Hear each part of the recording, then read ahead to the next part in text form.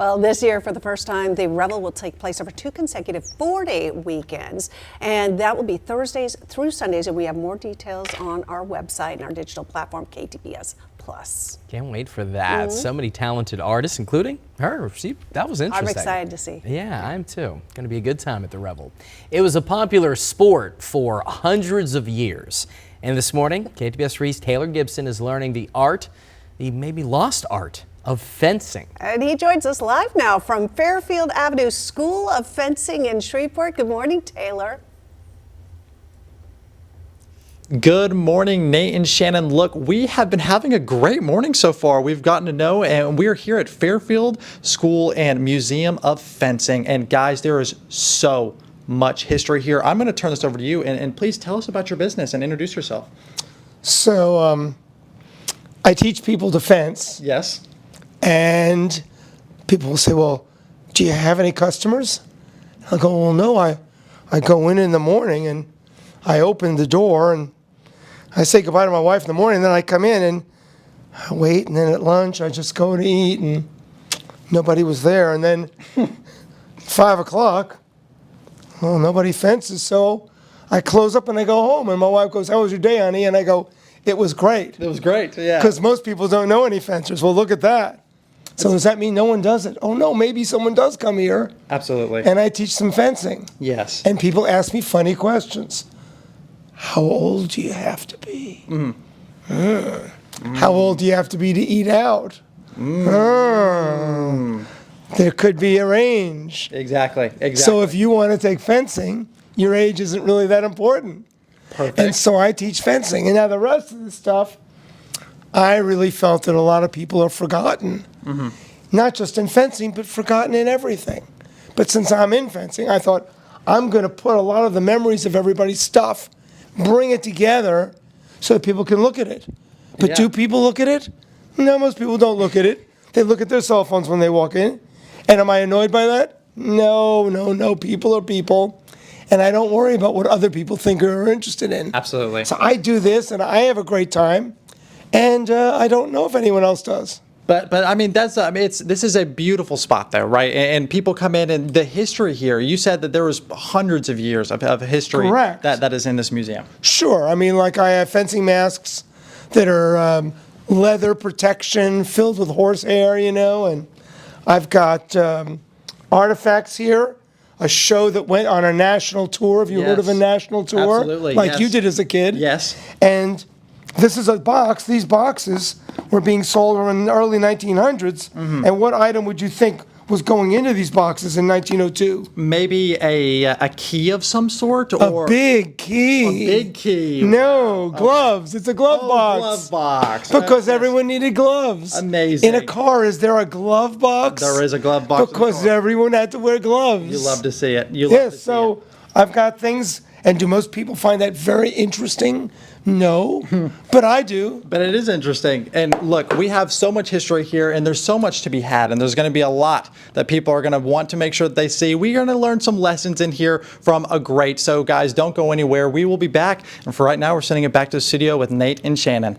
Welcome back inside the world of fencing. We have been having a great morning here, and obviously there's so much history here, but let's talk about a little bit of the present. Talk to me about some of the people that come in and learn fencing from this amazing establishment. So we have a range of people. People will say, what's your age range? And it's like, well, they have to be able to talk. And we have like little kids like 7 age range. And like my dentist, Lester Ewing, comes here. He's in his 60s. Love it. And he can still stab your teeth or stab people with an epee. And then I've got some real top foil fencers here. I've got Abe West is one of my best guys, and he's left-handed.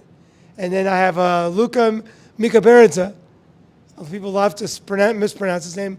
Mikabursky, McBoo-Boo, whatever they come with. But Luka's one of my best guys. And I've got like a whole bunch of kids that are really great. Absolutely, all on this wall. I mean, so many pictures. And what I love to see here is that this is an activity for people of all ages, right? Like you said, as long as you can come in here and talk and you have a passion and a want to learn, it looks like this is the place that you can come and learn from a master swordsman. Actually, I am very skilled, but I haven't mastered anything yet. Okay. The term, I understand you were using it to be very nice. Yes. But don't be that nice. I gotcha. A very skilled swordsman. Skilled is good enough. Perfect, Yeah, perfect, yeah. perfect. So when you look at people that are coming in here that are trying to learn, but they're on the edge, what is the convincing factor? Why do people come in here and show the passion for the sport? Well, sometimes it isn't passion. Sometimes they just want to try something, and maybe those 3 sports didn't work. You know, maybe the woman who you go out with tried other men and it didn't work out. And who knows why people end up coming. But for me, it turns out I connect with the people. Yes. It isn't so much about the fencing as, you know, this little boy named Fisher comes in here. I'll go, Fisher, you really seem to be perfect. And this kid, Luke, who started taking, Luke Dickinson, some of these kids are just so good. And I have a girls' class right now, and some people are just so wonderful. And so really they're going to be good at whatever they do. Absolutely, absolutely. And what's so cool is that this is such a unique, like you don't see a lot of people like that just come in and say, yes, I do fencing, right? And it's you do. good. It's good. In fencing, Yes, I in meet fencing. people all the time. In fact, I go away to big tournaments, and everyone goes, I do fencing. Yes. It's totally everybody. Yes. It's only if you don't go to fencing clubs that you don't hear people saying. Very true, very true. But still, it is so amazing to see a world that I don't come from, I will say, right? Like a world where I don't see as much history or haven't been around it as much, and seeing that there is a big group of people that love this and are so, and especially here in Shreveport, right? That is so important. But look, we are going to be coming back here, and hopefully, maybe I can get some lessons here soon, and I can show I'm you guys sure you'll get real good. from a skilled swordsman Thank you. from here. But for right now, we're sending it back to Nate and Shannon in the studio. Fencing is very popular. As we see, there's tons of history here and some pretty important names that you have coached yourself throughout the years. Why don't you tell some people about the different actors and greats that you have coached? Sure. Well, one day I got a call, and they wanted me to come to their house and teach Bob Dylan defense. And I said, well, could you give me directions? And his agent said to me, well, we're right across the street from Barbra Streisand. I said, well, how would I know where Barbra Streisand lives? She goes, well, we're catty corner from Cher's house. I don't go to Cher's house. You're going to have to give me directions. So I trained him, a very beautiful house. I'm sure you're shocked. You know that. yeah. And now Russell Crowe came to me before he did The Gladiator for a pirate movie he was auditioning for. And part of the role was he had to be good with the sword. And I trained him in broadsword combat. He was really talented with it. Yeah. Very aggressive. And Jimmy Buffett and his personal trainer learned how to fence. And I taught them épée fencing. And he was a very nice guy to deal with. He would rent ballrooms around Los Angeles, and I would teach him. Wow. And then for the Three Musketeers, I trained D'Artagnan, Chris O'Donnell, and Kiefer Sutherland I trained at his house. I remember Kiefer Sutherland's house was just gorgeous in an old neighborhood called Hancock Park, and he took me through the living room. We were going to fence in the kitchen.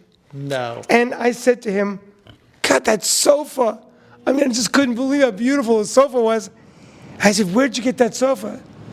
He said, what sofa? I said, that incredible antique sofa. He goes, well, I have no idea. He said, I hired somebody and said, furnish the house. And what is so incredible, especially about some of those names that you're throwing out there, is that, I mean, these are people that are world known, right? That have amazing movies like The Gladiator, like The Three Musketeers. You said David Hasselhoff was someone that you trained. I trained him too. I trained John Ritter. Yeah. Many people. Many people. And so it is so cool to see someone like that and someone with that type of knowledge and stature here in Shreveport, and for everybody to come in and learn fencing from a great is That's why I'm so amazing. tall. Exactly. It's the stature. Exactly. And it keeps growing. Yeah. And so, but no, we have so much more. And look, we are going to be debunking some fencing myths next time. So don't go anywhere. We will see you guys back here at the Fairfield School and Museum of Fencing. For right now, I'm sending it back to Nate and Shannon in the studio. Welcome back. We have had such a splendid morning. We have learned all about the art of fencing, and we're going to learn a little bit more and debunk some myths, some common things that people think about fencing that just are not true. Please let us Like what dive you in. just said. The art of fencing. Oh, first one Oh, already. it's artistic. That's ridiculous. Okay. No, but you're a lovely guy, but that's stupid because what isn't artistic? If you watch a person at a fast food place, the guy cooking the food, and you watch a man who's good or a woman who's great at it, it's art. It is art. And Now, it's if they're beautiful. not good at it, it's just greasy. But there's a Waffle House place I've been to where the guy's fabulous. So, the art of fencing.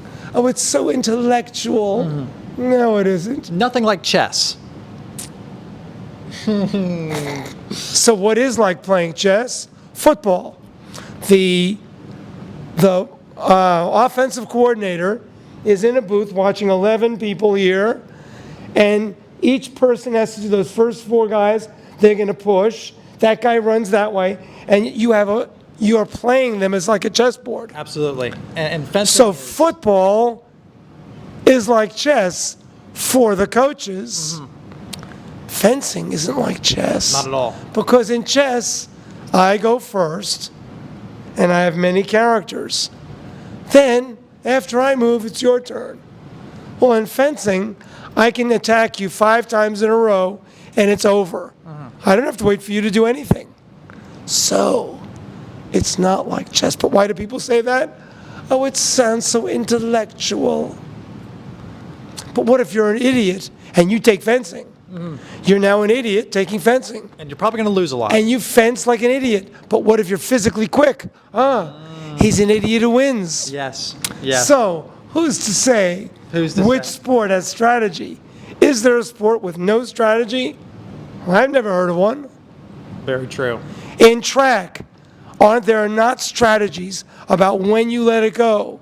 Absolutely. There is absolutely. And in swimming? Yes. How about in table tennis? And the strategy in almost all. But it's so. So why yes. do we discuss this one? And then people say, oh, I saw that fencing in that movie. Nothing in movies is fencing. Nope.